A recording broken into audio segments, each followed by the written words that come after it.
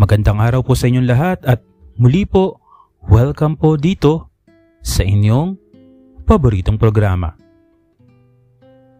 Dear Kuya E, magandang araw po sa iyo at sa lahat ng taga-subaybay mo sa iyong channel. Ako po si Kyle, tubong Isabela, 29 years old. May asawa na ngayon at may isa po akong anak. Totoo pala Kuya E na ang ugali ng isang tao kung minsan ay paraan niya ito upang itago ang totoong pagkatao niya. Masasabi ko ito dahil sa isang karanasan ko noong 4th year high school ako na kailanman hindi ko makakalimutan. Bahagi siya ng nakaraan ko na masasabi kong hindi ko inaasahan. Isa akong tagong silahis Kuya E dahil kahit kailan hindi ako umamin kahit kanino at pinilit kong iwasan ito. Subalit may mga pangyayari talaga sa buhay natin na hindi natin magagawang pigilan. Gustuhin man natin. Dahil sa laro ng tadhana, minsan anumang iwas natin kung ano at sino tayo ay pilit tayong nilalapit ng mapaglarong tadhana sa mga bagay na pilit nating itinatanggi sa ating sarili. Isa akong tipikal na bata Kuya E. Mahilig makipaglaro. Bagamat mas malapit talaga ako sa mga kababaihan noong kabataan ko. Pati sa school ay gusto akong kalaro ng mga babae. Para sa akin, normal lang naman yun. Nakikipaglaro din naman ako sa mga lalaki at may mga barkada rin akong masasabi. Mga kasama ko sa paghuli ng ibon sa gubat, kasamang mamingwit at kasama sa maraming kalokohan tulad ng pambabato ng bubong ng bahay tuwing hating gabi. Pero minsan ang mga kaibigan ko mismo ang nambubuli sa akin. May pagka binabai daw ako at minsan tinutokso ako kapag ako lang ang hindi naguhubad ng short sa tuwing maliligo kami sa ilog. Marahil daw ay tumatayo ang aking paps sa kanila kaya hindi tulad nila na kahit walang saplot ako ay may suot na short habang naliligo. Pero kahit kailan ay hindi ako umamin at kadalasan kapag tinutukso ako ng ganon ay pinapakita ko ang paps ko na pagpapatunay na hindi kailanman yun tumayo habang nakikita silang walang anumang suot. Minsan din ay nilalaro namin ang mga paps namin ng sabay-sabay at doon Kuya E ay hindi ko maitago na sa likod ng isip ko ay nagbubunyi ako. Dahil nakikita ko silang lahat na sabay-sabay na naglalaro ng paps at nakikita ko ang iba-ibang laki at hugis ng kanilang paps. At yun ang talaga namang nagpapainit sa akin. Kaya naman ako lagi ang nananalo sa pustahang paunahan kung sinong sumabog. Sila yung tipikal na kababata na hanggang pagtanda mo na ata ay sila pa rin ang makakainuman mo. Sa pamilya ko ay walang issue. Kahit na minsan, nakakarinig sila ng panunukso sa akin ay never nila akong tinanong kung bakla ba ako or silahis.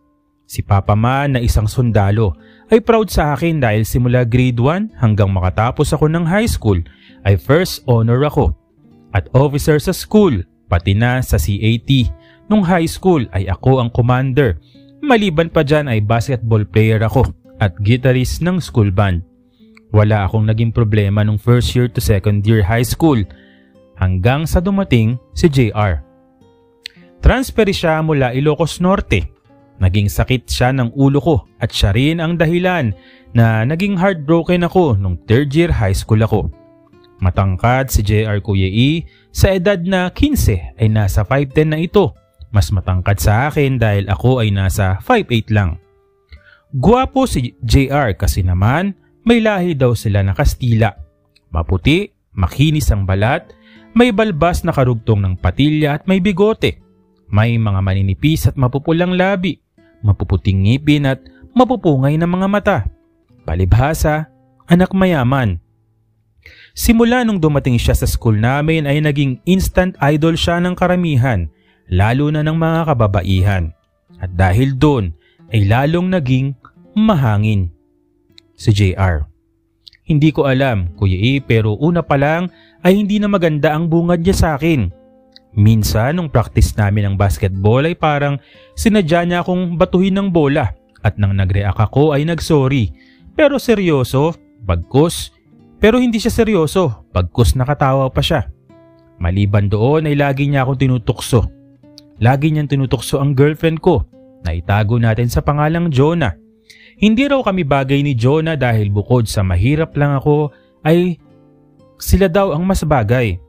Madalas silang magpalipad hangin kay Jonah kahit kasama pa ako nito. Maganda kasi si Jonah, Kuya E, at matalino. Siya ang laging second sa klase namin. Marami din kaming nanligaw sa kanya pero maswerte ako na ako ang pinili niya. Dahil bukod sa may tsura ako ay matalino at mabait daw ako. Sporty at talented. Si Jonah ang inspirasyon ko, Kuya E, at wala akong balak na lokohin siya. Nangako din ako sa kanya na siya na ang una at huli kong girlfriend. Alam din nila mama at papa ang tungkol sa amin dahil wala akong inililihim sa kanila tungkol sa pagkakaroon ko ng girlfriend. At hindi naman sila tutol dahil ayon kay papa ay maayos naman ang records ko sa school. Walang dahilan para pagbawalan ako basta ba alam ko ang limitasyon ko at gamitin ang bilang isang inspirasyon. Ngunit hindi kami nagtagal ni Jonah, Kuya E. Hindi ko alam kung anong nangyari dahil wala naman kaming issue. Hindi kami nag-aaway at lalong walang dahilan para mag-break. Hiniwalayan niya ako nung gabi ng junior and seniors prom namin. Si JR noon ang tinanghal na Mr. Junior at si Jonah naman ang Miss Junior, kaya naman nagkaroon sila ng special dance na sila lang dalawa.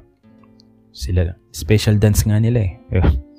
Alam kong nakainom si JR noon. Halata sa itsura niya dahil mapula ang pisngi nito. Pagkatapos niyang maisayaw si Jonah ay sunod-sunod na ang pagsasayaw nila, Kuya E. Hindi ko na naisayaw si Jonah dahil lagi akong inuunahan ni JR. Nagkaroon lang kami ng pagkakataong magsayaw ng sabihin ng MC na sayaw ng mga may mutual understanding o kahit mga close friends. Sinayaw ko si Jonah at nabigla ako nang sabihin nitong cool off daw muna kami. Hindi maliwanag kung bakit dahil wala siyang sinabing dahilan. Hindi ko rin naman siya mapilit dahil ayon sa kanya ay gusto lang niyang mag-isip at gusto niyang magkaroon ng space. Wala akong nagawa, Kuya E, kundi ang sumang-ayon pero umaasa ako na magkakaayos o magkakabalikan din kami. Pero hindi yun ang nangyari, Kuya E. Tuluyan niya akong hiniwalayan at ipinagpalit kay JR. Nalaman ko na lang na sila na pala ni JR nung birthday niya dahil ayon sa best friend nito na mas pabor daw naman sa akin ay naroon daw si JR sa kanila nung araw na yon at sweet nga daw sila. Ganun pa man, Kuya E, ay hindi ko hinayaan na masira ang pag-aaral ko. Inisip ko na babae lang siya o mahal ko siya pero double crosser siya kaya hindi niya deserve ang pagmamahal ko na walang bahid ng panloloko. Simula nung naging sila ni JR ay madalas itong lumiban sa klase. Kasama pa si JR at sa edad na 15 ay nabuntis ito, Kuya E, na siyang dahilan ng pagdigil niya sa school. Hindi rin naman pinanagutan ni JR pagkus binayaran lang nila si Jonah sa halagang 50,000 pesos. Ganon kasi dito sa amin, Kuya E, kahit ilan ang babuntis mo, kung ayaw mong asawahin ay bayaran mo lang sa halagang 50,000 pesos. San ba yan? Sabihin mo nga sa akin, maipicture. Isang araw sumulat si Jonah sa akin, humihingi ng tawad at sising-sisi daw siya na naniwala sa mga paninira ni JR sa akin. Ayon dito, sinabi daw ni JR na bakla ako. Una pa lang ay ramdam na raw nito at napatunayan daw niya yon nang makita niya ang nakasulat sa notebook ko na I love you, JR. Subalit walang katotohanan ng lahat ng yon, Kuya E. Ang mali ni Jonah ay hindi man lang nagtanong sa akin.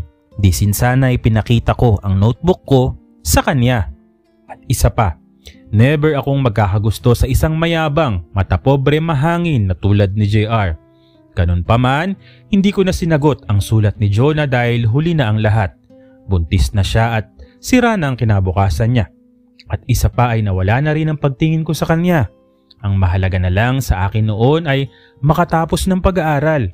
Hindi ko na tinugon ang sulat niya. Kahit nung wala na sa school namin si Jonah ay hindi pa rin tumigil si JR sa pangungutya.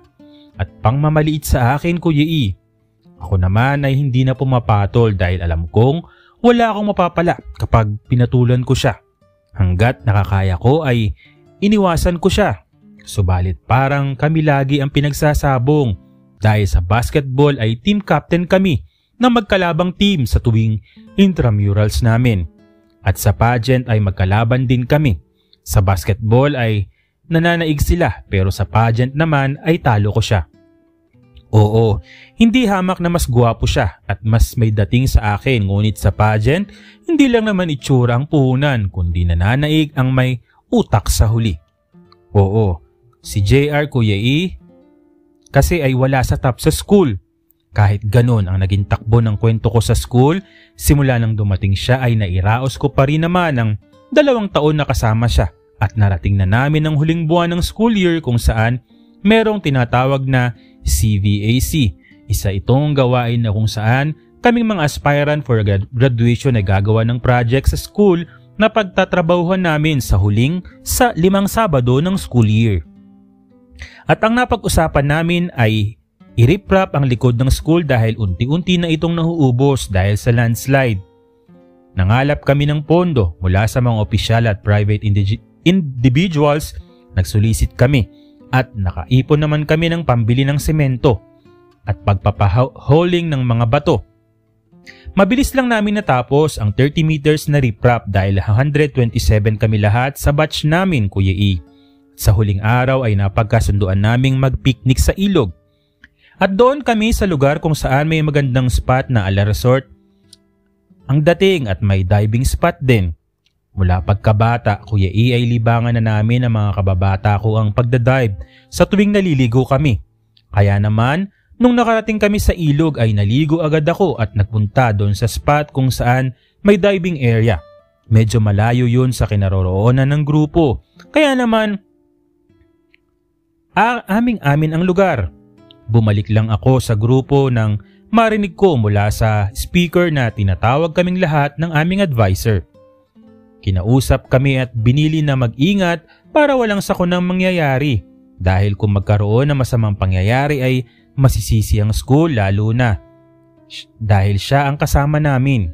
Tulad ng nakasanayan, may alak at videoke machine. Kumanta din ako at kinanta ko ang Maybe ni King para sana kay John na yon, ngunit wala siya noong time na yon at kumanta pa ako ng isa pa. Exchange of Heart naman ang kinanta ko. Maybe it's wrong to say please love me too, cause I know. Di ba yun? Maraming nag-react sa kanta ko. Sabi nila masakit naman daw talaga nangyari sa akin at lahat ng mata ay nakatuon kay JR.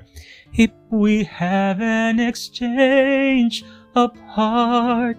Yun pala yun. Pero sabi ko wala na yun. Pass is pass, at least kako, nalaman ko ng maaga na hindi pala talaga tapat si Jonah sa akin. Yun lang at nag-inuman na ang lahat.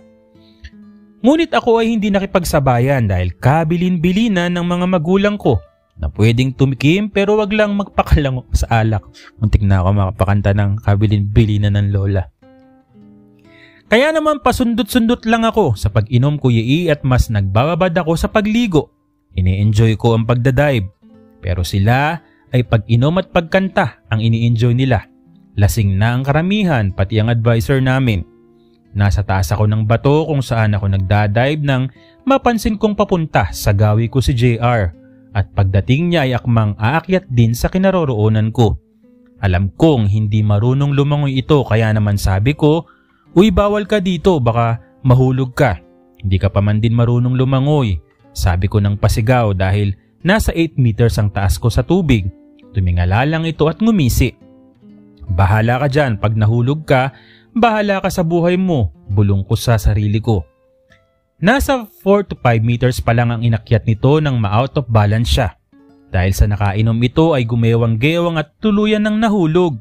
Mabuti na lang at tubig ang binagsakan niya, pero tulad ng sabi ko, hindi ito marunong lumangoy at ang ilog na yon ay malakas ang agos. Hayaan ko kako pero nang nakita kong lumulubog ito, kahit nilalabanan ng agos ay patuloy ang paglubog at pagtangay ng agos ng tubig dahil hindi marunong lumangoy at lasing ito. Kaya naman napilitan akong nag-dive at hinabol siya. Nahawakan ko naman agad ang kamay nito at para maiahon ko siya ay kinailangan ko siyang yakapin at dahil sa madulas ang katawan nito ay hindi ko naiwasang mahawakan ang paps niya. Dahil sa brief ko, siya nahawakan kako para mahila ko paahon sa tubig. Pagkaahon ko sa kanya ay wala na akong oras upang magtawag pa dahil may kalayuan ng grupo at isa pa ay pawang mga lasing na ang lahat. Wala nang mali si JR nung time na yon kaya naman kinailangan kong i-apply sa kanya ang tinuro ng Red Cross sa amin na pagsalba sa nalulunod. Sa madaling salita, kinailangan ko siyang i-mouth to mouth Kuya E at bombahan sa dibdib tapos i-mouth to mouth uli. Nakatatlong beses kong ginawa yun bago siya nagsuka ng tubig at nagmulat ng mata. Nakayuko pa ako sa mukha niya nung time na yon at pagkakita ko na sumuka na siya ay itinulak ko patagilid ang katawan niya at binatok-batukan sa may bandang likod niya upang mailabas niya ang lahat ng nalunok niyang tubig. Nang makarecover na siya ay, "Ano, ayos ka na ba?" Tanong ko sa kanya. Tumingin lang ito sa akin at walang himig na namutawi sa bibig niya. Naisip ko na lasing pa kaya siya? Hindi kaya niya alam ang mga nangyari? At akma ko nga hawakan ng pisngi niya upang i-check siya nang bigla niya akong salubungin ng halik sa labi. Naitulak ko siya at napatayo ako. Hindi ko alam ang sasabihin ko.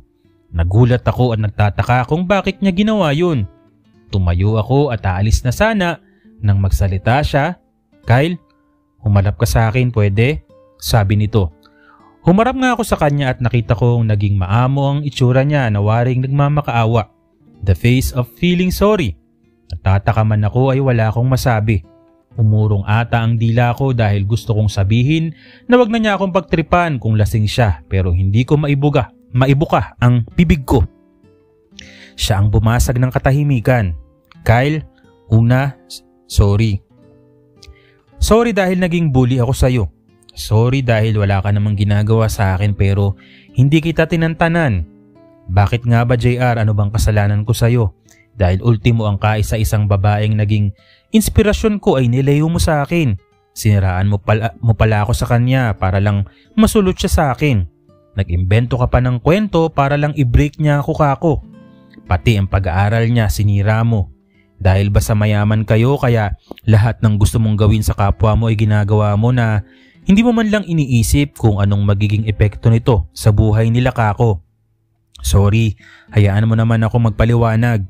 Sige, paliwanag mo pero ano pa ba nang sabihin mo, hindi mo na may babalik ang nangyari na.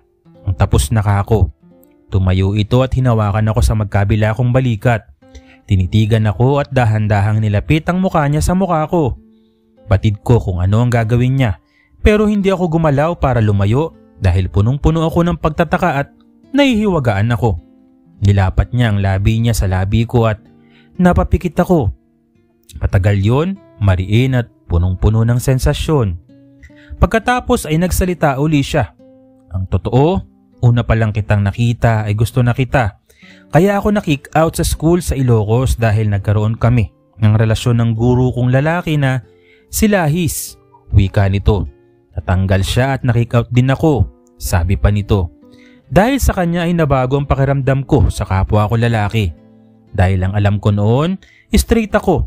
Hindi ko matanggap sa sarili ko na maaari akong mahook sa kapwa ko lalaki. Dagdag pa nito.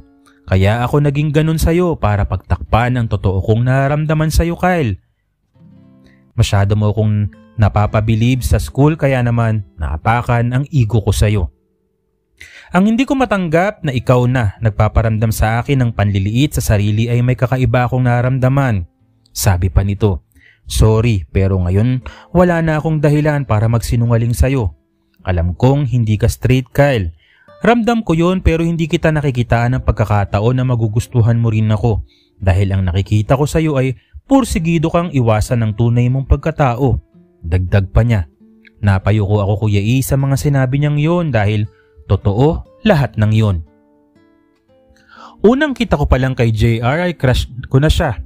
Pilit ko lang itinatanggi sa sarili ko at lalo kong binaliwala yon nung binubuli na niya ako at isa pa, hindi tanggap sa amin ang ganong relasyon kung sakali man.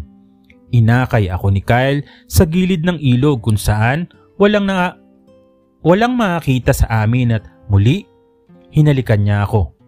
Ewan ko Kuya E, pero para akong tuod, para akong isang alipin ng isang mangkukulam na walang lakas para tumanggi at umiwas. Naging mapusok ang paghalik niya sa akin at unti-unti hindi ko na malayan tumutugon na pala ako at naiyapos ko na rin ang dalawa kong braso sa kanya. Magaling si JR Kuya E at masasabi kong halatang marami na itong karanasan sa kama samantalang ako ay wala pa. Hanggang kiss lang ang nagawa ko kay Jonah. Naglakbay ang kamay niya at ginagawa ko ang bawat galaw ng kamay niya hanggang dumako ang labi at dila niya sa aking nipples na siyang lalong nagpatindi ng na naramdaman ko. Unti-unti siyang bumaba hanggang marating niya ang gusto niyang marating at doon binaba ang short ko at naramdaman ko na mainit, tumapat, bumalot sa paps ko ang magaling na paglantak ng kanyang bibig. Malapit na sana ako na sumabog pero tumigil ito nang maramdaman niya yon at sinabing siya raw naman. Sobrang nanginginig ako Kuya E. First time ko at hindi ko alam kung magagawa ko ng tama pero sinubukan ko at nakikita ko sa reaksyon niya, nagugustuhan niya ang ginagawa kong paglantak at panayang ungol. Nang malapit na ito, hinila niya ako patayo at siniil uli ng halik. Hinawakan ng paps at sabi niya, hawakan ko rin daw ang kanya habang patuloy kaming nagkahalikan. Di nagtagal, sabay kaming nagpasabog. Pagtapos nun ay para akong naimasmasan pero siya nakangiti ng makabuluhan. Kyle, tayo na wika niya. Hindi ako sumagot. Ang totoo, hindi ko talaga alam bakit ako nagpadala sa tukso. Ano, ayaw mo bang subukan? Tanong uli nito. Alam mo kaninang kumakanta ka, tagos lahat sa akin yung bawat salita sa mga kinanta mo. Sabi nito. Doon ko naisip na hindi ako nagsayang ng oras. It is now or never. Naisip ko kaya pinuntahan kita dito. Pag-iisipan ko JR, nabigla ako sa pangyayari at hindi ako nakapag-isip ng maayos, sabi ko. Sabi niya maghihintay daw siya pero sana daw bukas o mamaya ay makapag-isip na ako. Sabi pa nito okay lang daw ba na ihatid ako sa amin gamit ang motor niya. Sabi ko naman, bakit kaya mo na bang mag-drive? Lasing ka kako. Pero sabi nito, hindi naman daw talaga siya lasing. Naglasing-lasingan lang daw siya kanina. Bumalik kami sa grupo at laking pagtataka nila na okay na kami. Pero pinanatili naming sikreto ang nangyari at napag-usapan namin na anuman ang mga susunod pang magaganap ay sa amin na lang dalawa. Hinatid nga ako ni JR sa amin at sa daan ay panay preno nito sabay hingi ng halik at para kaming instant na magjowa. Pagdating namin sa bahay ay nagtataka si Mama dahil kilala niya si JR dahil sinabi ko lahat sa kanya na siya ang dahilan ng paghihiwalay namin ni Jonah. Nung panahong napansin nilang matamlay ako at nagtanong sila kung ano ang problema ay sinabi ko, wala na kami ni Jonah at si JR ang dahilan. Nagtataka si Mama dahil bakit biglang close na kami samantalang hindi kami magkasundo sa maraming bagay. Kumbaga, magkalaban kami sa lahat ng bagay sa school. Saka ko lang ipinaliwanag kay Mama ka ako dito at hindi na rin nag-usisa pa ito. Pinatuloy ko si JR at pinapasok sa kwarto ko at dahil nga sa kaelan nito ay may naganap na naman sa amin at hindi na naman ako nakatanggi. Mael ka rin, hindi lang siya. Ikaw talaga. Nang matapos ang graduation namin, Kuya E, ay nagpalitan kami ng number ni JR dahil niregaluhan ako ni Papa ng cellphone dahil ako ang valedictorian. Nagtuloy-tuloy ang communication namin ni JR at kahit sa Baguio siya nag-aral at sa Isabela lang ako ay gumagawi pa rin siya paminsan-minsan. Basta may time siya sa amin para magkita kami at may maganap. Ngunit nung second year na namin sa kolehiyo ay biglang madalang na ang pagpunta ni JR sa amin at sa kalaunan ay ganun din ang text niya hanggang sa hindi na nagparamdam. At nang minsan nakita kami nung nanood ako ng basketball sa intrams ng pinanggalingan naming school ay nakita kong may kasama siyang magandang babae. Tinext ko siya. Bakit ganun JR? Hindi mo man lang ako kinausap ng maayos kako. habang parehas kaming nanonood ng basketball sa intrams ng pinanggalingan naming school. Halatang malungkot ito pero nanatiling tahimik. Emoji lang na umiiyak ang sinend niya. Hindi man malinaw ay hinayaan ko na lang siya. Tulad ni Jonah, hindi nagtagal ay nakalimutan ko rin siya. Nag-focus ako sa pag-aaral at iniwasan ko muna ang babae, lalong-lalo na ang lalaki. Nagtapos ako ng computer secretarial kaya 3 years lang ay nagmarcha na ako. Pero hindi ako nag-apply sa opisina, bagkus nag-training bilang isang sundalo. Sa buhay minsan hindi tayo nabibigyan ng options to choose what we want in life, what we desire the most, and we cannot express what is in our hearts and minds. Isa siguro ako, Kuya E, sa mga anak na kahit may mga gusto ding gawin at may mga sariling pangarap sa buhay ay hindi ito nasasabi dahil lumaking takot at masunurin sa ama.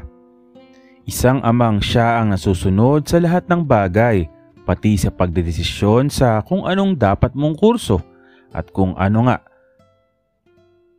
ka dapat balang araw. Minsan, naisip ko na bakit ang ibang magulang o ama nilalayo ang mga anak sa kapahamakan.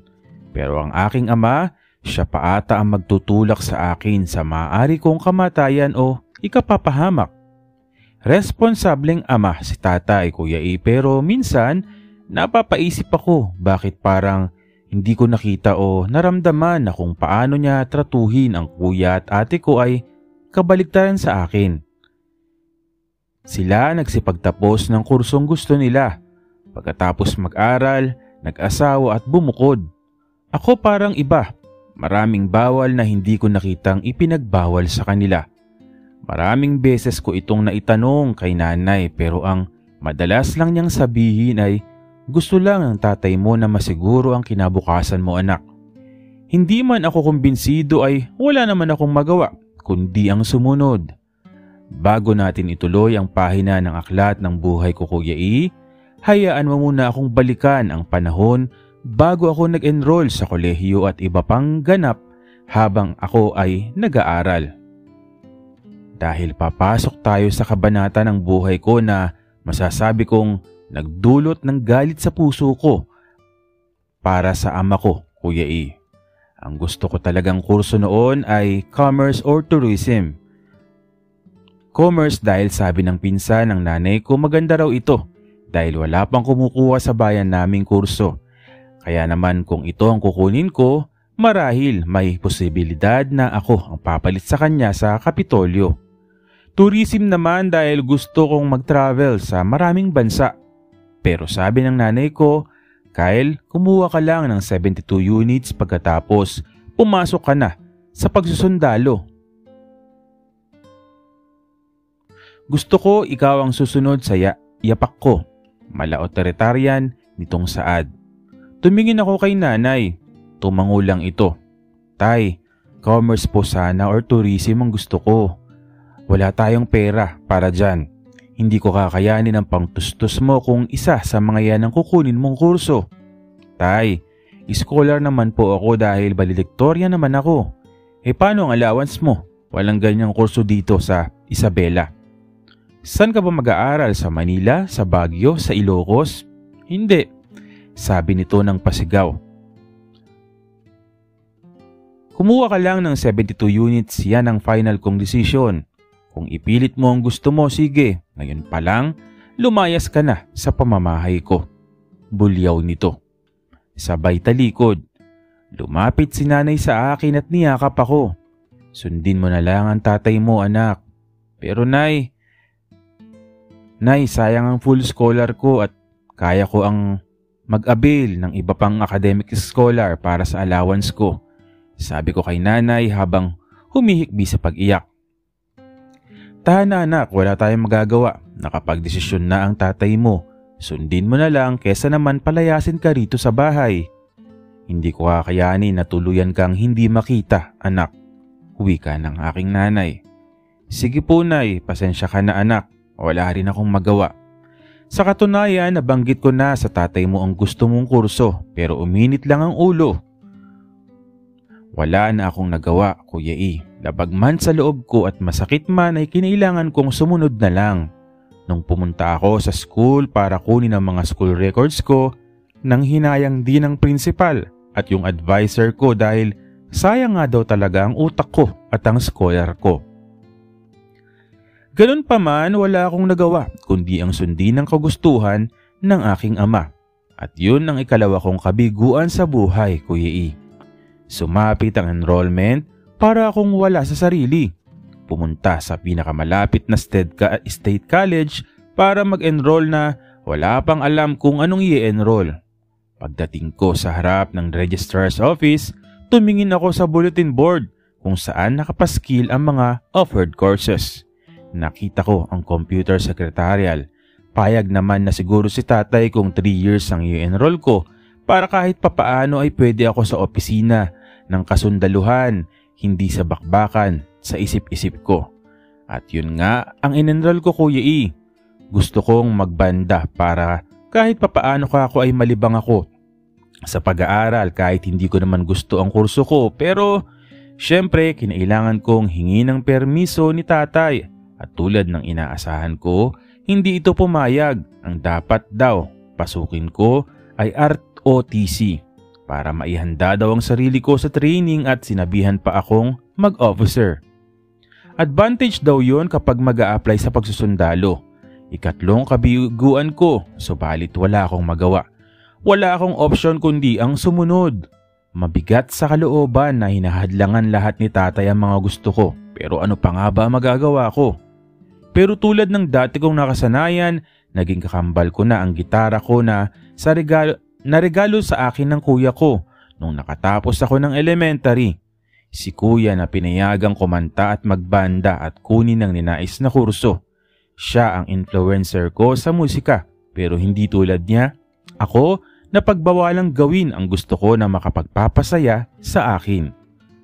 Unang araw ng school, napakanta nila ako sa introduction ng department namin dahil nakita nilang may bitbit akong gitara. Kinantsawan akong magbigay ng sample. Pero tulad ng nabanggit ko, Kuya E, hindi ako magaling kumanta, mag-melody, mag-plucking kahit pabago ang kanta. Kaya kong kapain, pero nakakanta naman ako, hindi nga lang panglaban. Ganun pa man, bumawi ako sa pagtugtog ng gitara at alam kong yun ang dahilan bakit sila naghiyawan pagkatapos kong kumanta. May isa pang kakanta, sir, sabi ng isang babae sa likuran. Sakto magigitara para sa kanya. Sigaw nito. Go Heidi, pa-cheer pa niya sa kasama niya. Tumayo naman ito at pumunta sa harapan. Okay lang ba, Kyle, na igitara mo ang kakantahin ko? Pakiusap nito. Tumango ako. Alam mo ba yung Heaven? Tanong nito. Hindi ako nagsalita bagkus binigyan ko siya ng intro ng melody ng Heaven by Bryan Adams. Intro pa lang, hiyawan na sila at hindi man ay napatitig sa akin na parang may pagkamangha. Tinanguan ko siya, badya ng pagsisignal na umpisahan na niya. Natapos ang kanta, naging instant love team kami.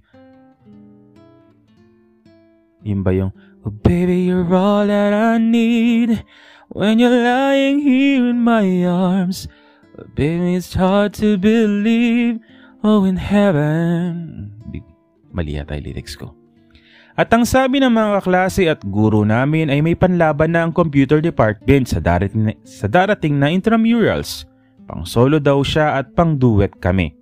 Napangiti ako sa pang duet dahil oo, tama lang yun. Pang second voice kasi ako, kuya. Sumigla-bigla ang puso ko at ang isip ko. Kahit papaano ka ako ay mailalabas ko pa rin ang talent ko na hindi kailangang malaman ni tatay. Simula ng araw na yon, naging malapit na si Heidi sa akin.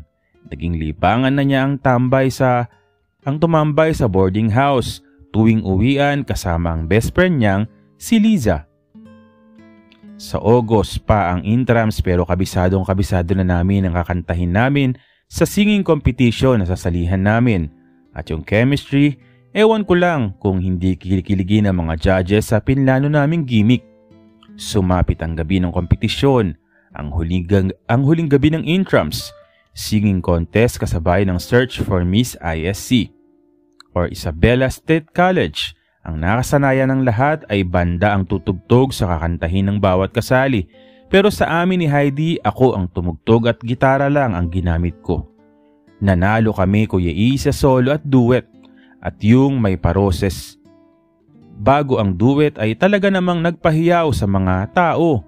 Mga tingin na namin na wari mo'y magjowa na parang maghahalika na talaga ay namang napuno ng sigawan sa gymnasium. Bago matapos ang event ay nilapitan ako ng isang lalaki na nagpakilalang si Harvey.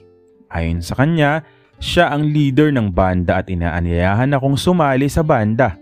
Kailangan daw nila ng tulad ko na magaling maggitara.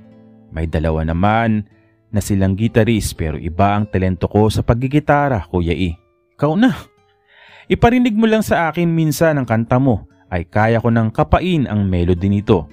Pero syempre, tumanggi ako at sinabi ko ang rason. Subalit ewan ko parang hindi naniniwala.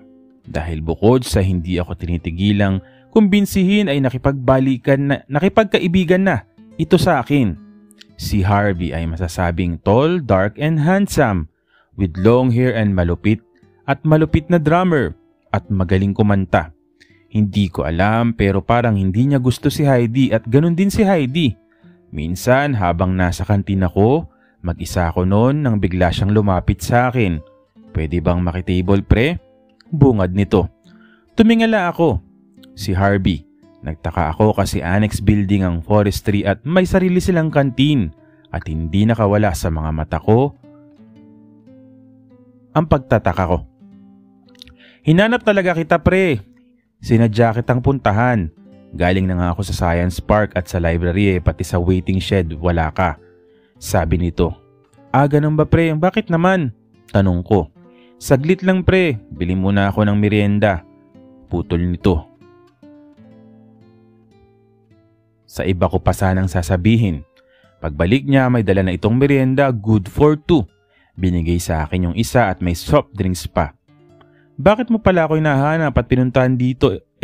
May kalayuan ng building nyo sa amin. Pagbabasag ko ng katahimikan. Ang totoo niyan, gusto ko sanang doon ka puntahan sa boarding house mo pero hindi ko alam kung saan. Kasi gusto ko sanang makipagkaibigan kung okay lang sa'yo. Tumawa ako sa sinabi niya. Grabe ka mag-effort pre, ang layo ng nilakad mo. Pwede mo namang hingi na lang yung number ko para i-text ako kako. Okay lang naman pre, wika ako. Sabay abot ng kamay ko sa kanya. Kyle pre. Harvey pre. Wika din ito na mukhang tuwang-tuwa. Ang lamig ng kamay mo sabi ko sa kanya. Sorry, ang totoo kasi niya nahihiya akong lapitan ka. Para kasing wala kang kaibigan maliban kay Heidi na madalas nakabuntot sa'yo. Wala baka mapabisyo daw ako kapag nagkabarkada. Utos ng tatay ko. Wika ko naman. Naging magkaibigan kami ni Harvey. Alam kong may something sa kanya. Nahahalata ko yun pero wala siyang sinasabi. Bagamat madalas siya sa boarding house at napapainom niya ako sa tuwing may dalang alak. Wala namang nangyayari. Piling ko naghihintay ng tiyempo na makakita ng pagkakataon pero dahil alam ko ang pakay niya ay hindi ko ito hinayaang mangyari. Yung mga simple niyang akbay at patong ng kamay sa hita ko at mga titig niya. Lalo na sa hinaharap ko kapag nagagawi siya sa boarding house ko at nakaboxer lang ako. Si Heidi naman, may nangyari sa amin. Inanyayahan ako sa birthday niya sa boarding niya at doon na rin ako pinatulog. Matik na yon na alam mo kung patulugin ka ng babae sa kwarto niya. Gusto niyang may mangyari. Dahil sa nakainom ako, hindi ko naiwasan ng tukso. At dahil doon, dineklara niyang magjowa kami kahit walang usapang ganun. Sumali ako sa ROTC tulad ng nais ni tatay. Isinantabi ang pagnanais kong sumali sa banda. Si Harvey hindi nakapagtiis kinagabihan ng graduation ko ay nalantak niya ako, Kuya E. Andun din si Heidi. Noon subalit hindi ito natulog sa boarding ko. Maaga pa lang ay umuwi na rin ito sa boarding niya. Marahil ay napahiya dahil hindi ko ipinakilala kina tatay na girlfriend ko. Sila tatay at nanay ay umuwi din agad sa amin. Ako, nagpaiwan pa. Bukas ng makalawa na lang ako uuwi. Paalam ko at pumayag naman. Nagsiuwian na ang lahat dahil mag-alauna na at lasing na halos lahat, subalit nagpaiwan si Harvey. Pre, hindi ko na kayang umuwi. Ayos lang ba na makitulog ako dito? Sabi nito. Sige pre, malaki naman ang bed ko. Nag-shower ako at pagkatapos magligpit ng mga ginamit sa kainan at sa inuman. Pagkatapos kong mag-shower, si Harvey naman. Nakahubad ako ng pangitaas at nakaboxer lang, Kuya E. Nakakumot pero hanggang pusod. Dahil nagbabasa pa ako ng mga congratulatory messages. Napansin kong nakatingin lang si Harvey sa akin. Pre, baka matunaw na ako niyan sa titig mo. Biro ko. Napahiya hata, hinangir ang tuwalya at humiga na rin. Tulad ko, hindi na rin niya sinuot ang damit pang itaas. Pinalot kami ng katahimikan. Tumagilid siya paharap sa akin. Pre, bukas o makalawa, wala ka na. Oh, ngayon pre? Binitiwan ko ang cellphone ko at humarap sa kanya. Alam ko ang gusto mo, Harvey. Ramdam ko na gusto mo ko. Hindi ako nag-usisa noon dahil may jowa na ako kako. Ang alam niyang tinutukoy ko ay si Heidi. Pero 1 taon na kaming wala kako. Ha? Wala na kayo ni Heidi? Hindi ko jowa si Heidi. Wala kaming usapan na kami. Oo, may nangyari sa amin pero ginusto niya yon. Hindi ko na rin kinontra ang sinasabi niyang kami dahil ayokong mapahiya siya. Ngayong gabi kung gusto mo, sige, pagbibigyan kita sa gusto mo. Total, aalis na naman ako dito para may maiwan ako sa iyong alaala. At ako na nga ang unang humalik sa mapupula nitong labi. Nang humawak ito sa akin ay nanginig ang kamay nito. Halatang first time niya. Sige na kako at umpisahan na niya akong halikan sa labi, sa pisngi, sa leeg at tinulak ko pa ibaba. Nipples at mga kamay niya ay naglakbay rin. Hindi rin ako nagpadaig. Kinapa ko lahat ng sulok ng kanyang katawan hanggang maabot ko ang pisngi ng kanyang puwetan. Kinapa at pinisil ko ito. Nadama ko ang lamig ng kamay niya nang tuluyan na niyang ipasok ito sa boxer ko at hawakan si Paps. Bumaba pa ang labi nito at doon nahanap niya ang matagal na niyang pinaglalawayan. Ang malantakan ang aking Paps. Halatang first timer nga dahil sumasabit ang ipin niya kaya sabi ko, saglit, humiga ka kako. Ako naman ang trumabaho at pinalasap sa kanya ang galing ko sa kama. Masasabi kong wala pala sa tangkad ang size ng Paps Kuya E dahil mas mahaba at mas mataba ang aking Paps sa kanya. Pero mushroom ang kanya. Pinagluroan ko yun gamit ang labi at aking dila kasama na ang lato-lato niya hanggang sa lagusan niya. Wala pa atang 2 minuto, nagpasabog na agad ito. Humiga ako at inutusan siya naman at gayahin niya kako ang ginawa ko. Kahit papaano, hindi na sumabit ang ngipin niya. At sa una niyang paglantak, napalunok agad siya. Dahil sabi ko, maaring ito na ang una at huli, kaya lunukin mo para mabuntis ka at may alaala sa akin kako. Pagkatapos ay inutusan ko siyang maglinis ng lagusan at gusto ko na pumasok para naman itong maamong tupa na masunurin. Naglinis siya at pagkatapos gamit ang baby oil ay ako nga'y pumasok. Nung una nahirapan kami pareho pero nakapasok pa rin. Napaiyak siya nung una pero kalaunan yung iyak niya ay naging ungol. Nagpasabog rin siya halos sabay kahit hindi niya na ito hinawakan. Kinabukasan pagising ko nandun pa si Harvey. Bumili ito ng pandesal at naghanda ng kape. Kyle, breakfast na tayo. Wika nito nang makita akong bumangon sa kama.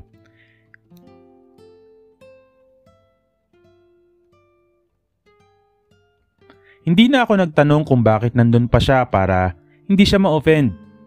Hindi ko talaga gusto si Harvey. Oo, gwapo pero hindi ko alam. Wala akong naramdaman sa kanya tulad ng naramdaman ko kay JR. Niyaya niya ako sa kanila. Isang sakay lang naman daw ng tricycle. Dahil sa totoo lang ayaw ko pa talagang umuwi sa amin kaya sumama ako. Masayahin at mababait ang parents at mga kapatid ni Harvey, Kuya E. Nagtaka pa sila dahil ang alam nila wala raw kaibigang matalik si Harvey. Niyaya niya ako sa maisan nila kung saan may mga puno daw ng niyog na abot kamay ang bunga. Gumawi nga kami doon at nanguha siya ng mais at nilaga sa kubo nila. At pagkatapos ay kumuha kami ng niyog. 4, wika ko sa kanya. Ayos lang ba? Tanong ko pa. Tumawa lang ito at sabay sabing nakadalawa lang naman tayo kagabi ah. Natuyuan ka ba? Tumawa na rin ako. Ang hindi niya alam, matakaw talaga ako sa niyog. Meron o wala mang SEX na naganap o magaganap. Sinabayan ko ang kapilyuhan niya. Paanong hindi matutuyo sumabog na nga. Sinipsip mo pa kaya nasaid ka ako. Ang sarap mo kasi at ang laki. Masakit pa kaya, sabi nito sabay irap. Ngayon nagsisisi ka? Tanong ko. Hindi naman kasi sabi mo nga pag alis mo dito wala nang susunod. Sabi nito na may himig kalungkutan. Harvey, akala ko hindi ka bakla nung una kitang makita kasi ang astig mo sa banda nyo. Ganun talaga, kailangang itago Pero tinamaan ako sa'yo kaya hindi ko kinayang pigilan, sabi nito. Sa banda nyo wala kang natikman? Si Brandon, gwapo yun na, di mo ba nasubukan? Tanong ko pa. Sinota niya si Carla, yung babae sa banda, tsaka Shota niya si Carla, hindi ko siya type, wika nito. Sa bagay may gwapo at maganda sa paningin ng iba pero hindi sa mata ng iba, wika ko naman. Sa bahay niyo wala bang nakakaalam? Hindi ba sila nagtataka na wala ka pang naging girlfriend? Ang alam ko si Mama, may hinala pero never nagtanong at si Papa, wala yatang kaalam-alam. Ikaw nga, hindi mo din nahalata, di ba? Sabi nito. Sa bagay, nahalata ko na lang nung pumupunta ka sa boarding ko. Yung mga pasimple mong chancing sa akin at mga lumuluwa mong mata kapag nakaboxer lang ako. Wala nagpapatakam ka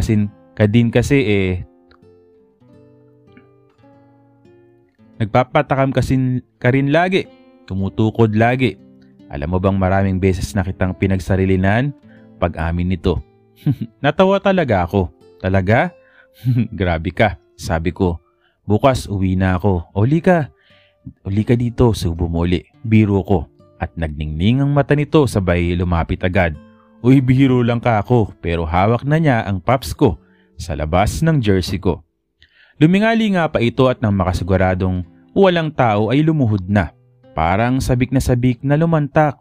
Hindi tinantanan hanggang sa ito'y sumabog ulit.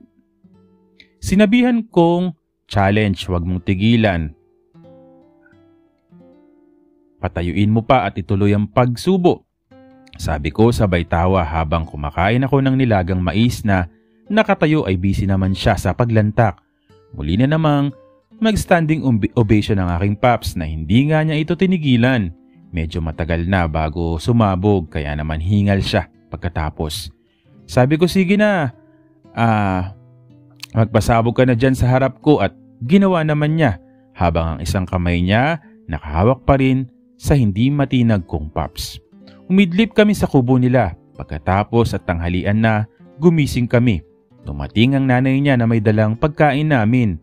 Mga anak, dinalan ko kayo ng pagkain. Halatang na-enjoy nyo dito sa bukid. Sabi ng tatay mo, dalan ko na raw kayo na makakain at baka gutom na kayo. Salamat po. Pasensya na po kayo, napuyat po kasi kami kagabi kasi nagkayayaang uminom. Ayos lang, iho, basta masaya tong anak ko ay walang problema. Bagya ako nalungkot at nainggit sa narinig ko. Buti pa si Harvey, suportado ng magulang kahit ata anong naisin niya sa buhay, sa isip-isip ko. Kinahapunan ay umuwi din ako sa boarding house ko at tinatid ako ni Harvey pero bumalik din agad ito sa kanila dahil tutulong daw siya sa pag-harvest ng saging. Kinabukasan, nag-text ako kay Harvey ng pamamaalam at umuwi na sa amin. Bumalik ako sa school after 2 weeks para kunin ang mga records na dapat kong kunin para sa pag-a-apply ko sa sundalo.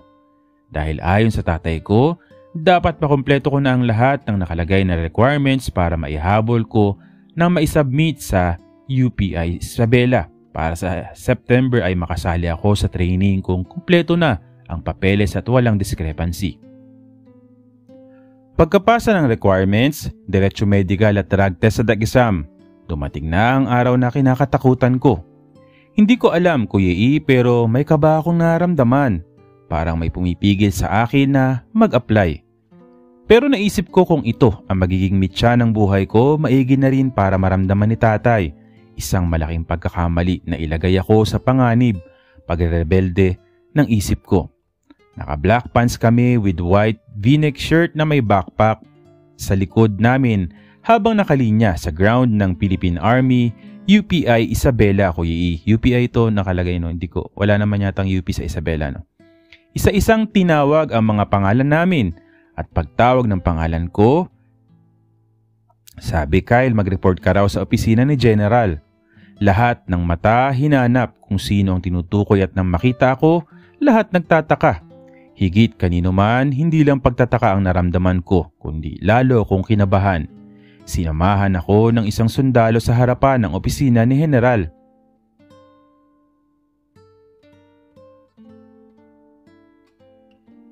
Yan ang opisina ni General. Pumasok ka na lang, wika ng sundalo. Opo sir, sagot ko. Kumatok ako. Come in.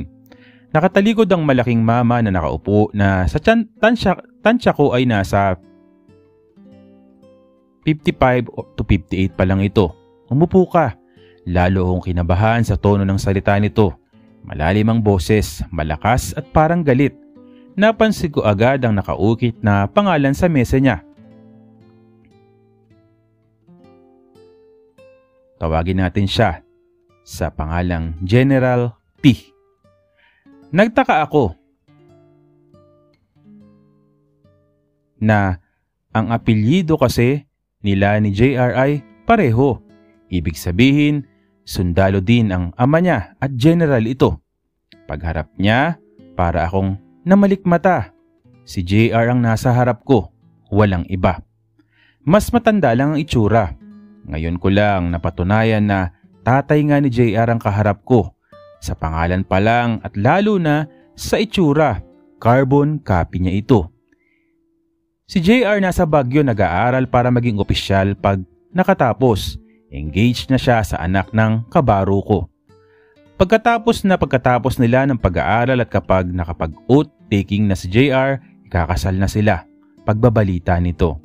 Hindi ako umimik. Alam ko na kung bakit ako pinatawag ni General T.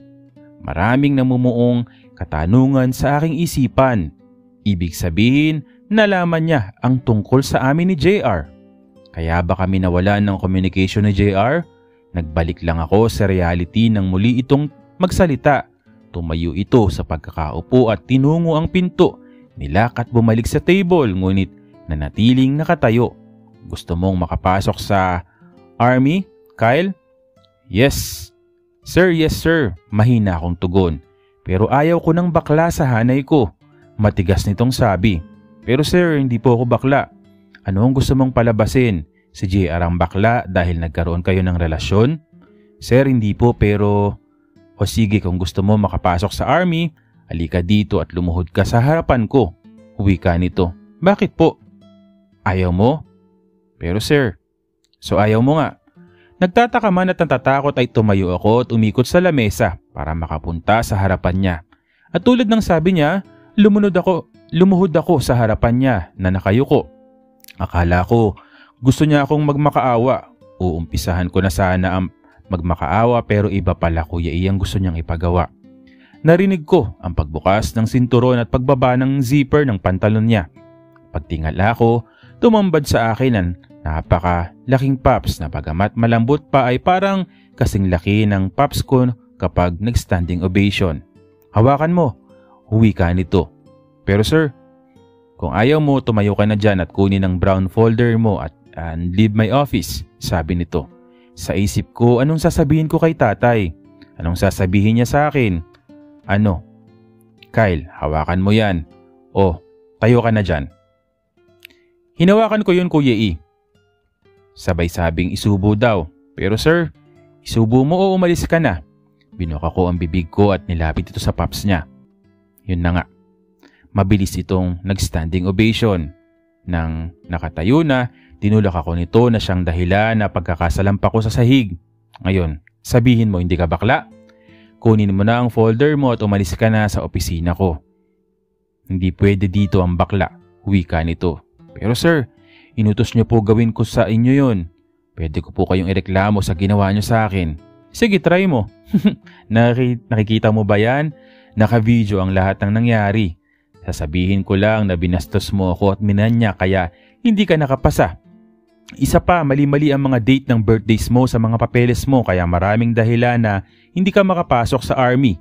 Nanlumo ako sa narinig ko, Kuya E. Ang tanga-tanga ko. Wala na akong nagawa. Laglag balikat ako na nanlumo, umiiyak. Bit-bit ang backpack ko, pati na ang brown envelope ko, lumabas at umalis ako sa training camp sa UPI Isabela. Pagkarating ko ng highway doon, binuhos ko ang sama ng loob at frustrations ko. Sinuntok-suntok ko ang hangin habang umiiyak at nagmumura. Kasalanan ni tatay ito. Nakakahiya. Paano kung ikaalat niya yung video? Paano kung malaman ng mga kasabayan ko? Paano kung malaman ng school? Gusto ko na maglaho na lang ng oras na yun. Ginusto ko ang magpasagasa pero nabulyawan lang ako. Hoy, kung gusto mo magpakamatay, huwag kang mandamay. Sigaw ng driver ng 10-wheeler truck. Kahit nung nasa van na ako pauwi sa amin ay hindi tumigil ang luha ko sa pagtulog. Pagdating ko sa bahay ay wala si tatay. Next week pa ang uwi at si nanay puro pagtataka ang mga mata. Hindi po ako natanggap, nay, wika ako. Mali-mali raw po ang birth date ko. Pero imposible na kasi dinouble check ko lahat yon at walang kamali-mali. Paano ko sasabihin kay tatay tunay? Sigurado ako magagalit yun sa akin. Siguro anak, hindi talaga ito ang para sa'yo. Huwag kang mag-alala anak, ako ang magpapaliwanag sa tatay mo pag-aalo niya sa akin. Hindi ko nasabi kay nanay kung ano talaga ang tunay na nangyari. Hanggang dumating na si tatay, ayaw ko sanang makaharap ito dahil siya ang sinisisi ko sa kahihiyang sinapit ko pero wala naman ako magawa. Bumili ito ng alak. Iinom daw kami. Hindi ka pumasa sa UPI, ayusin mo ang mga papeles mo at lumuwas ka pa Manila para maihabol mo sa Fort Bonifacio ang application mo para makahabol ka sa second batch. Bungad nito. Akala ko sa wakas makakatakas na ako sa pangarap niyang pagsundaluhin ako. Yun pala, hindi. Sige po tay, sabi ko na lang. Bagamat may nabubuo ng plano sa isip ko, doon ka sa tiyo mo sa staff house sa Makati, pansamantalang tumira. Uwi ka nito. Sa susunod na linggo, luluwas ka na. Kailangan lang naming ipaalam sa pinsan ng nanay mo para alam nila na doon ka muna sa kanila habang nag-a-apply ka. Sabi pa nito. Lahat ng sinabi niya umuulang ako, Kuya E. Kinabukasan, sinubukan kong tawagan ang number ni JR. Baka active pa. Pag-dial ko, nagri-ring ito. The subscribers cannot be reached. Please try again later. Nag-text ako, JR please sagutin mo. Inulit-ulit ko ang pag-dial hanggang sinagot na niya ang tawag ko. Hello? Napatawag ka. Pwede pa tayong mag-usap? Pwede tayong magkita? Sabi ko. Sige, sa weekend, uwi ako dyan sa Isabela. Total na sa seminar pa si daddy kaya pwede akong umuwi. Wika niya. Dumating ang Sabado na usapan namin sa Kawayan City kami nagkita. Sa isang fast food chain. Nauna siyang nakarating pagdating ko. May in-order na siya. JR, lumingon ito ngunit galit ang muka. Nagtaka ako dahil nung nag-usap kami, ayos naman ang usapan namin. Bakit biglang nagalit? Galit ka ba? Ayaw nito magsalita. Nakipagkita ako sa iyo dahil marami akong gustong itanong at malaman. Pero bakit ayaw mo magsalita? Kyle, can we just finish our food first? Ano bang meron, JR? Tanong ko nang may pagtataka at akmang hahawakan ng kamay niya pero umiwas ito. Kumain na muna tayo, mamaya na tayo mag-usap. Wika nito. Hindi ako nagsalita pa. Pagkakain ay nagpatiuna na itong lumabas. Inabot sa akin ng helmet at sakay. Utos nito. Sumakay ako at dinala niya ako sa isang bar. Sir, mamaya pa kami magbubukas, sabi ng isang ate. Sumakay ulit kami at tumigil sa isang grocery. Hintayin mo ako dito, utos nito. Pagkalabas niya may dala na siyang chichirya, 4 na malalaking Red Horse in can at disposable na baso at ice tube. Dinala niya ako sa isang open park na pwedeng uminom. Mabilis niyang naubos yung 2. Ako hindi ko pa naubos yung isa. Wala pa rin siyang imik. JR, anong sasabihin mo? Na pati ang daddy ko natikman mo, ha? Anong pinagsasabi mo? Ano to? Sabi niya, sabay harap sa akin sa cellphone niya kung saan may picture na kung saan nakasubsob ako sa harapan ng tatay niya. Hindi man malino pero makikilala mo pa rin kung sino ang nasa litrato. JR, pwede bang makinig ka naman muna sa akin? Sige, anong paliwanag mo dito? Nag-apply ako sa UPI dahil gusto ni tatay na magsundalo ako. Hindi ko alam na daddy mo ang hawak sa mga aplikante. Ginawan niya ng paraan na hindi ako makapasok, JR. Hinarangan niya ang application ko. Pakana ng daddy mo yan kaya kita gusto makausap dahil marami akong nalaman sa paghaharap namin at tuluyan na akong napaiyak. Alam mo ba ang ginawa niya sa akin? Pinaluhod niya ako at pinasubo. Yun pala ay para may magamit lang siya para pang-blackmail sa akin sa pag-apply ko at i-block ako sa army. Pati mga papeles ko, JR, may nagbago sa mga birth date ko para hindi ito makapasa sa final screening. Sa mga sinabi ko, bigla itong umamo. Bakit hindi mo sinabi sa akin na kaya tayo nawalan ng communication ay dahil nahuli ka ng daddy mo? Paano kanya nahuli at bakit kanya nahuli? Pag-uusisa ako. Kyle, picture kasi natin ang nasa screen ng phone ko. Wala na akong nagawa kundi ang umamin kung nung saktan ako ni dad. Pati buo mong pangalan, kinuha niya. Sorry, pero bakit hindi mo sinabi sa akin? Pinalaan ako na ipapahiya tayo kapag na malaman niya na nakikipagkita pa ako sa iyo o kahit i-text o tawagan ka. Saad nito.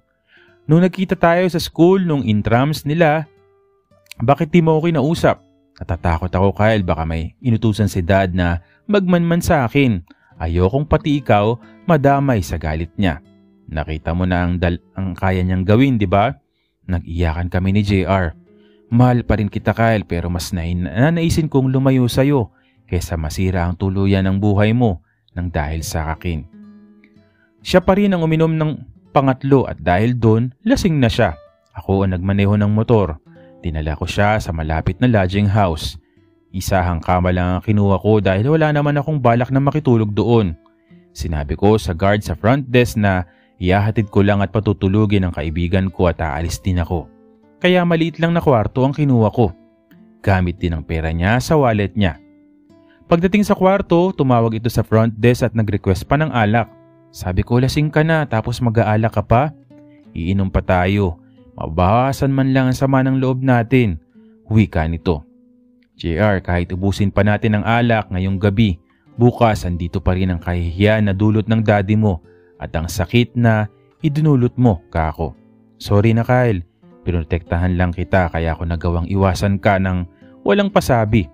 Pagpapaliwanag nito. Pagdating ng alak, nagbukas agad ito ng dalawa. Inom daw kami. Sir, anong oras ka po aalis? Kasi kapag inabot ka ng 3 oras dito, i-charge ka pa rin namin. Sabi ng lalaki na sa tansya ko housekeeping doon. Tawagan ko na lang ang front desk at lilipat kami sa pang-2 kwarto.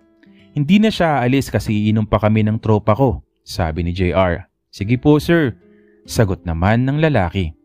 Tumawag si JR at pinababa ako. Pagkadagdag ng bayad ay binigay ang susi at sumama yung lalaki sa akin at nilipat kami sa kabilang kwarto na mas malawak ng konti at may isang kamang pangdalawahan. Ewan ko pero may kakaibang kislap sa mata ng lalaki parang may naamoy siya. Hindi nakatakas sa akin ang palipat-lipat ang tingin niya dahil doon at sa epekto na rin siguro ng alak naging pilyo ang mga sumunod kong tingin at ngiti sa kanya na alam kong batid niya ang nais ko. Bago siya bumaba, nag-request ako ng ice tube at naglagay ng note, balik ka mamaya after 1 hour pagkahatid mo nitong ice. Pagkabasa niya ng sulat ko ay tumango ito at ngumiti. Lasing na si JR at masyado ng bukal sa kailan gusto na niyang may mangyari. Sabi ko naman, mag-shower muna kami at nag-request siya na sabay na kami. At yun nga ang ginawa namin. Sa banyo, nakaisa kami. Pagkalabas namin, andun na si kuya. Halatang katatapos lang mag-freshen up. JR gusto niyang sumali. Ayos ba sa'yo? Ewan ko pero hinila agad siya ni JR at nauna na silang maghalikan. Ako naman, nanood muna at humiga sa kama habang sila ay nakatayo sa gilid nito. Mas nakaka-L pala kapag nanonood ka ng ganong live.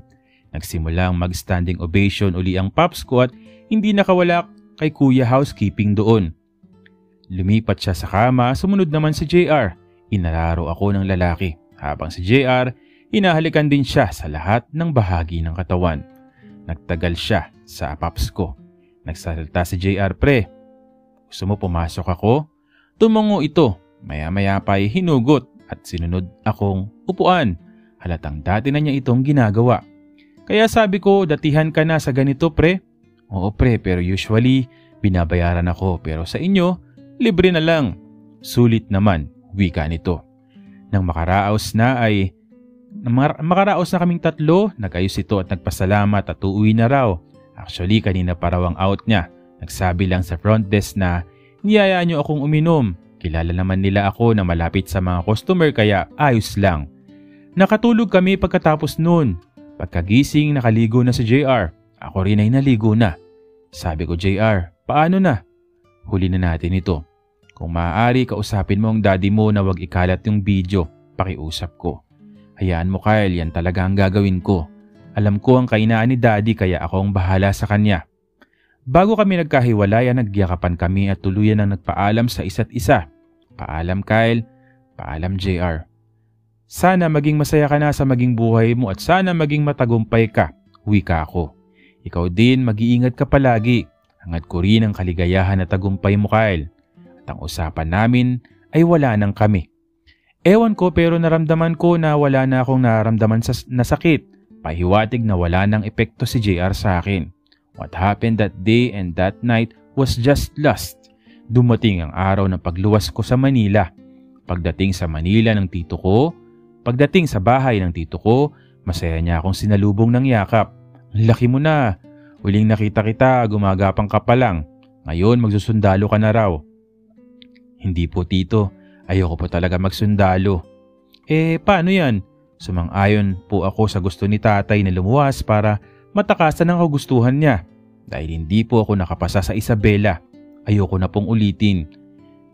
Kaya po ako lumuwas para mag-apply na lang abroad dito pero sana wag niyo na lang sabihin kina tatay at nanay. "Ha? Sayang naman anak, bagay ka magsundalo tulad ng tatay mo." "Ayoko po talaga magsundalo tito. Ilang taon ka na ba?" 20 po tito."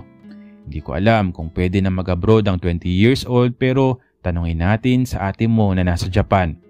Saan mo ba gustong pumunta at anong trabaho ang a-applyan mo?" "Wala po akong alam. Wala din po akong experience. Medyo mahirap yan pero dun sa taas sa kapatid ng asawa ko, may dalawa siyang anak na nag-Taiwan. Yung isa, andun pa. Yung isa, andyan nakabakasyon. Mamaya, samahan kita para magtanong tayo kung papaano mag-apply at kung anong dapat mong gagawin, ha?" "Sige po tito, salamat po." Siya, maligo ka na muna kung maliligo ka tapos kumain ka. Tapos magpahinga ka muna para makabawi ka sa pagod ng biyahe at puyat.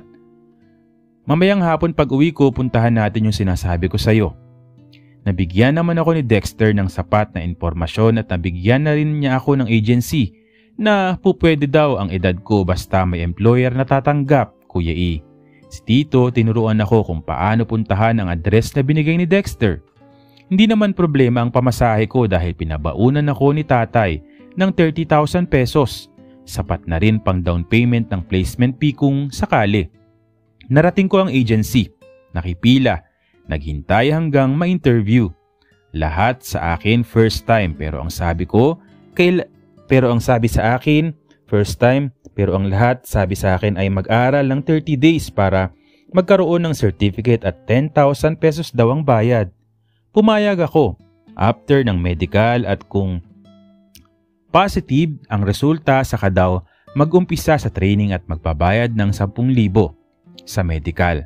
Sa pila may nakapukaw sa mata ko, kamukha ng tatay ko. Mga kasing edad ko pero mukhang mas mama siya. Dahil sa balbas at bigote nito na halos kahulmo talaga ng tatay ko. Narinig ko siyang tinawag na Gino ng kasama niya. Pero ibang pakiramdam ko, Kuya E. Merong parang nagtutulak sa akin na kausapin siya.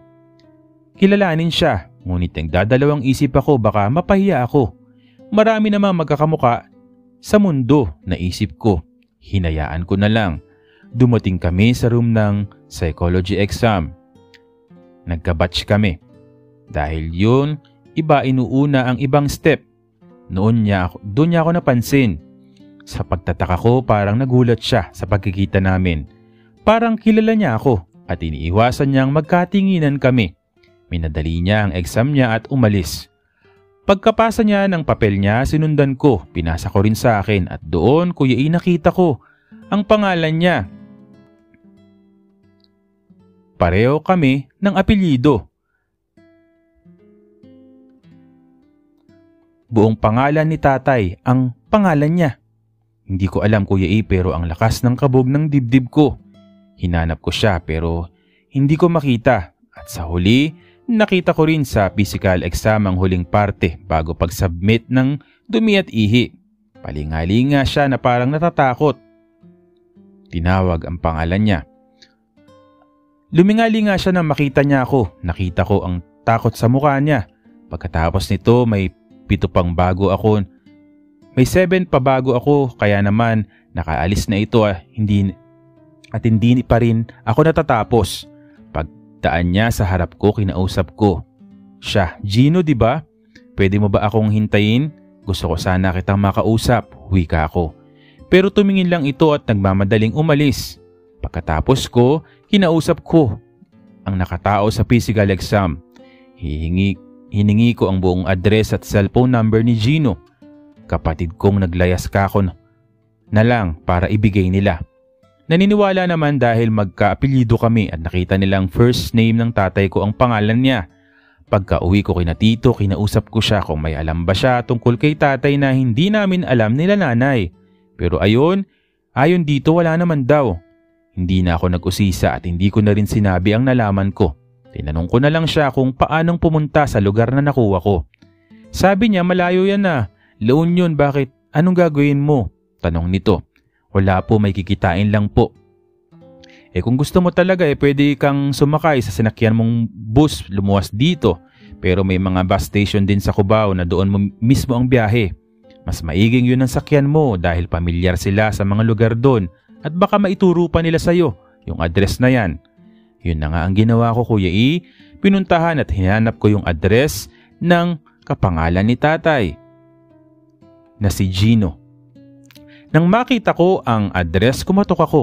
Magbukas ng pinto, isang ale na halos kasing edad ni nanay ang bumungad.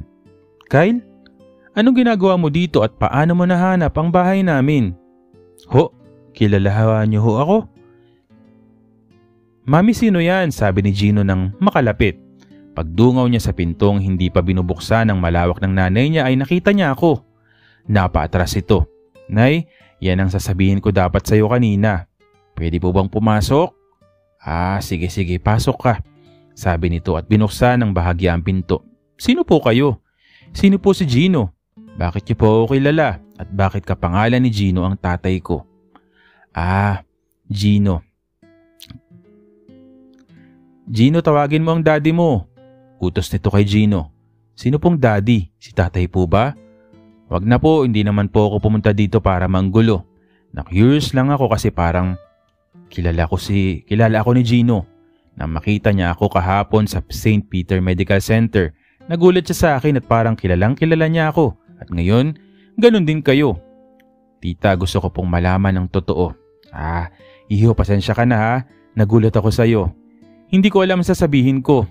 Paano ako magsisimula? Pero sige, sasabihin ko lahat-lahat sa'yo pero pumasok ka na muna. Umupo ka, iho.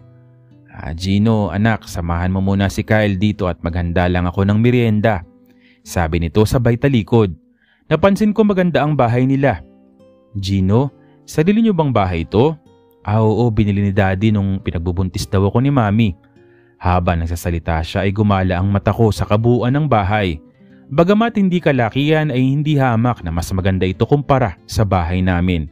At pumukaw sa pansin ko ang isang litrato na nakasabit. Isang magandang babae na nanalo sa isang search at kasama si tatay at yung ale. Kanina na Pilar daw ang pangalan. Napansin ako ni Gino. Ako yan. Nanalo ako ng Miss Gay nung high school. Ha? Ayos lang sa daddy mo? Nung una, hindi pero natanggap din naman niya kinalaunan pero hindi pa rin ako tinatantanan sa pagsasabing wala daw pinanganak na bakla kaya kailangan baguhin daw ang pagkatao ko. Mas lalong nadagdagan ng mga palaisipan sa akin. Pagbalik ni Aling Pilar, may dala na itong merienda. Umupo siya sa tabi ko. Pasensya ka na kung ganito kayo nagkita ni Gino, iho. Ito pala si Gretchen, bunso kong anak. Dalawa lang sila. Sabi nito sabay abot sa akin sa litrato kung saan may isang dalaga na siguro nasa edad 16. Paano po ito nangyari? Kabit po ba kayo ni tatay? Diretsahan kong tanong. Alam ba ni nanay ito? Umiling ang ale. Oo, ganyan kami bansagan ng tao, ikalawang pamilya. Kabit, ang nanay mo hindi niya alam. Yan ang sabi ng tatay mo pero palagay ko alam niya. Nagpupuyos sa galit ang puso't isip ko noong mga panahon na yon, Kuya E. Paano nagawa ni tatay ito? Kay nanay sa amin, lalong-lalo na sa akin. Bakit? Sinalaysay ni Aling Pilar ang umpisa. Hindi raw ako anak ni tatay. Anak daw ako ni nanay sa ibang lalaki. Kaya raw nagkaroon ng ikalawang pamilya si tatay. Alam ba nila kuya? Hindi rin daw alam. Ayaw daw ni tatay na ipaalam sa amin. Ang dami kong tanong. Ang dami kong nalaman. Kaya ba ganun si tatay sa akin? Maliban sa akin, open siya sa iba niyang anak. Nalaman ko rin na second year high school ay nagka-cellphone na sila Gino at Gretchen. Yung pagiging proud ni tatay sa akin nung elementary days at high school days ko. Ano yun, pakitang tao lang niya? Dahil ba ako lang ang achiever sa aming magkakapatid in terms of academic? Pagtatakip sa ibang tao para manatiling lihim ang kahihiyan ng pamilya namin. Gusto kong lumipad at umuwi sa amin at makausap si nanay. Tanungin siya kung ano ang totoo. Pero sa likod ng isip ko at puso ko ay awa ang nanaig sa nararamdaman ko para kay nanay. Kaya ba ganun siya itrato ni tatay? Napakalamig para mag-asawa na lang sila sa papel. At pinagbubuhatan niya ng kamay si nanay. Hindi man aminin ni nanay ito at hindi man namin nakikita, may mga bakas na nagpapakita na sinasaktan siya ni tatay. At sa amin halos si kuya, si ate, si Gino at si Gretchen nananaig ang dugo ni tatay samantalang ako, si nanay ang kamukha ko. Nang panahon na yon, after nahuli ni tatay si nanay na may kaniig na iba, nag-awol daw si tatay, nagpakalayo-layo, wala pa raw ako. At dun daw sila nagkakilala at nagkasama ni Aling Pilar. May nangyari na raw sa kanila bago niya nalaman na pamilyado na si tatay. Pero ang sabi daw ni tatay ay hindi sila pababayaan. Hindi yun nagtapos dun. Nagsama sila sa lingid sa kaalaman ni nanay at ng dalawa pang kapatid ko. At sila Gino, kilala kami pero sila hindi namin kilala. Halos magkasing edad kami ni Gino. Panganay lang ako ng 2 buwan. Nagtutugma sa kwento ni Aling Pilar.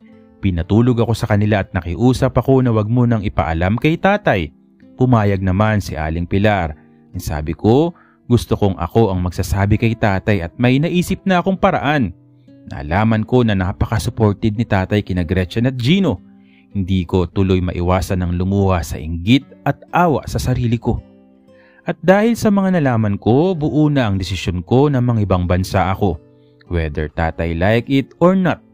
Gusto kong lumayo magkaroon ng sariling pera at pagbalik ko, ilayo ko si nanay sa kanya. Bubuhayin ko si nanay. Mapapapayag ko si nanay kapag nalaman niya yung katotohanan. Nakitulog ako nung gabing yon sa kwarto ni Gino at nung araw din na yon ay nakilala ko ng bahagya si Gino at ang kanyang mami. Mabait si Gino at kung magpapakalalaki di hamak na mas gwapo sa akin. Marami kaming napagkwentuhan at may mga nabuo kaming plano. Nalaman ko rin na nung nalaman niya ang totoo ay nagalit siya kay tatay at hanggang ngayon may galit pa rin siya dito dahil sa katotohanang hindi sila mailahad sa publiko bilang pamilya ni tatay. Madali kaming nagkapalagayan ng loob ni Gino. Si Gretchen nasa Baguio daw, doon nag-aaral. Parang mas maayos ang buhay nila kaysa sa amin. Lahat ng aspeto ng buhay namin nila Gino ay naikumpara ko na at nakita kong mas mahal sila ni tatay kaysa sa amin. Well, sila kuya halata namang ayos din sila. Mas mainam sabihin na ako lang pala ang bukod tanging medyo napagkaitan ng maraming bagay. Kinabukasan, kinausap ko si Aling Pilar. Sabi ko gusto kong isama si Gino sa amin at si Gino sumang-ayon na dito. Kinagabihan pa lang at nagkasundo din kaming mag-a-abroad kaming sabay.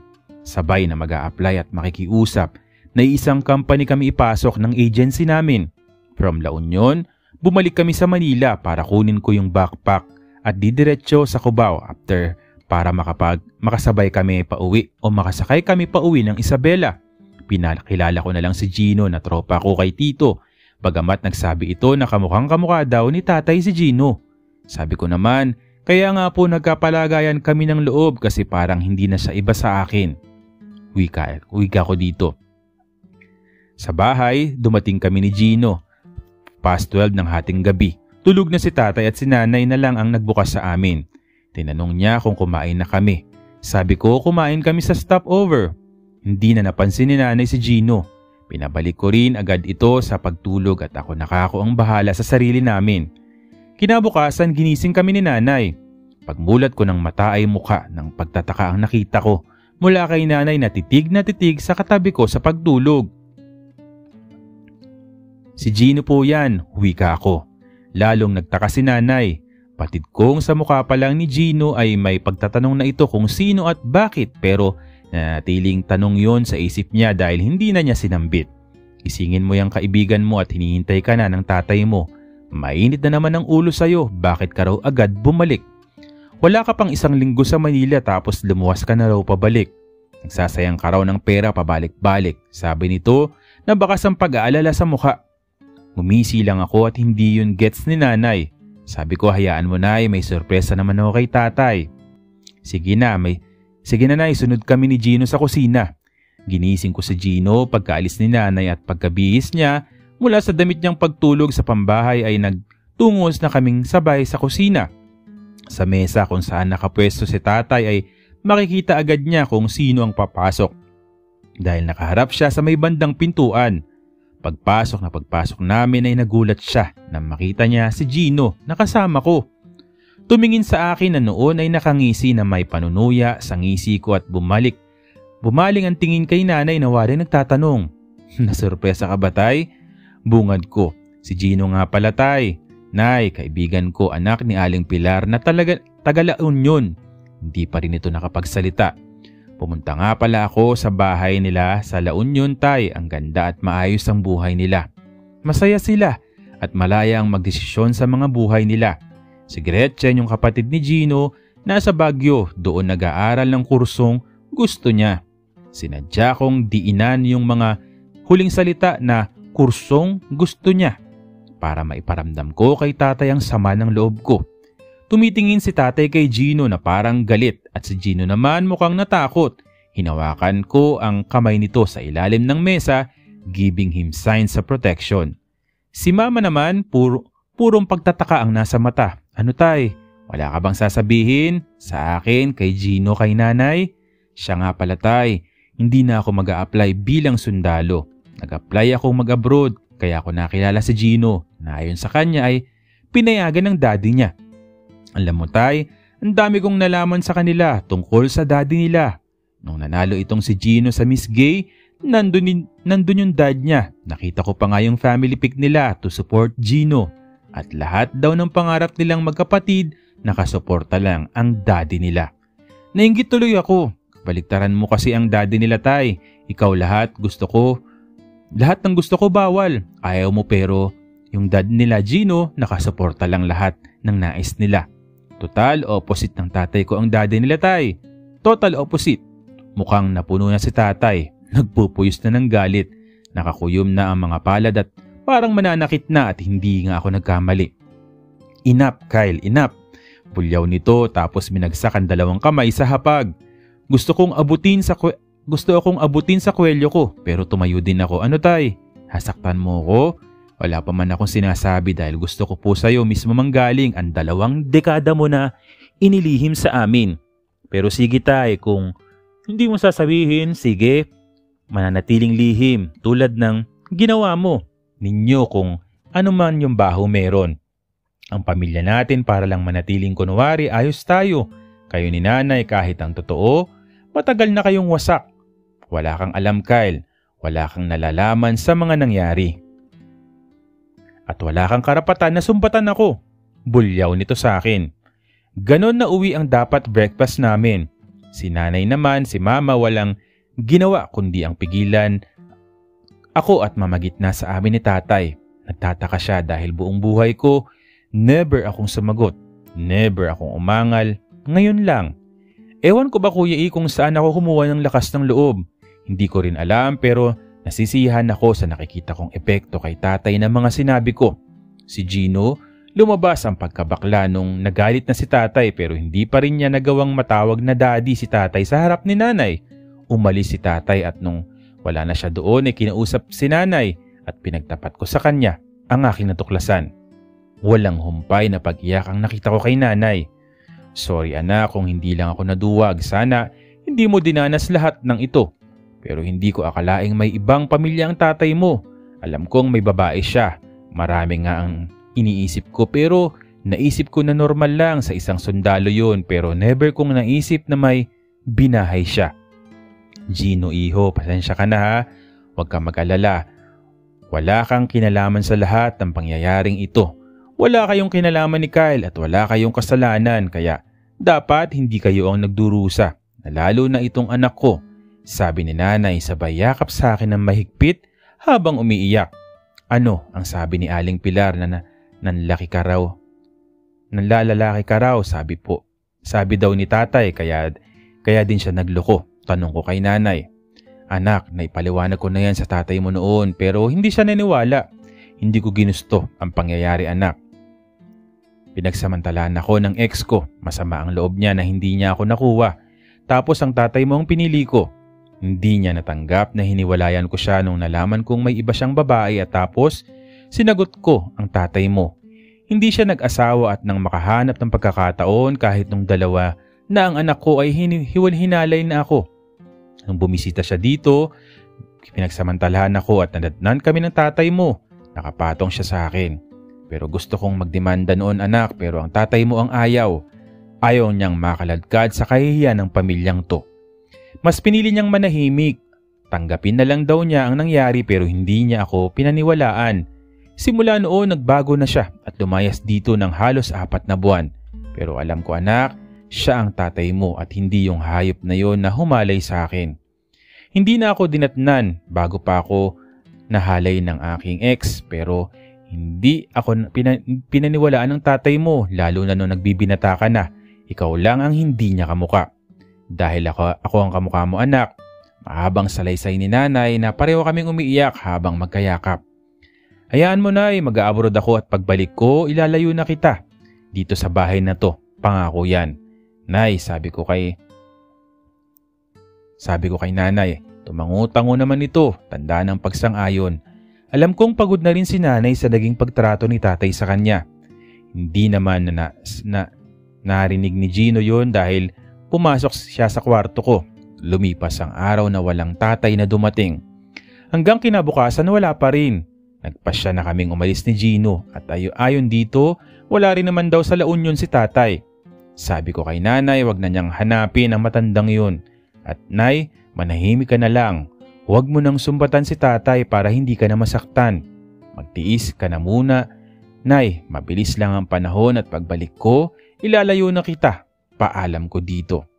Lahat ng sinabi ko sinang-ayunan na ni nanay at binilin ko na rin na huwag na munang sabihin kina kuya at ate para hindi lalo magkagulo. Bumalik kami ng Manila ni Gino, Kuya E at napagkasunduan naming kailangan sabay kaming makaalis para iisa ang dorm namin sa Taiwan at iisa ang company. Pagdating ng sinasakyan naming bus sa La Union ay bumaba siya doon at magkita na lang daw kami uli sa training center. Wala na din akong update mula kay nanay dahil wala naman siyang cellphone. Pinanalangin ko na lang na sana nasa maayos siyang kalagayan. Nag-aalala man ako, alam kong hindi naman siya sasaktan ni tatay kung hindi niya ito kukomprontahin. Hindi na naman nagtagal Kuya E ay nakaalis kami ni Gino patungong Taiwan bilang factory worker. Muli kong isasara ang pahina ng buhay ng kwento ko dito Kuya E at asahan mo ang kasunod ng bahagi kapag nagkaroon ulit ako ng oras upang gawin ito at ibahagi ang karugtong nito. Pasensya na Kuya E kung medyo natagalan dahil medyo busy po sa buhay. Maraming salamat sa lahat ng nag-abang at mag-aabang pa sa mga liham ko. Naway nakapagbigay aliw at aral ang bahaging ito ng kwento ko sa inyong lahat. Hanggang sa muli at lubos na nagpapasalamat, Kyle.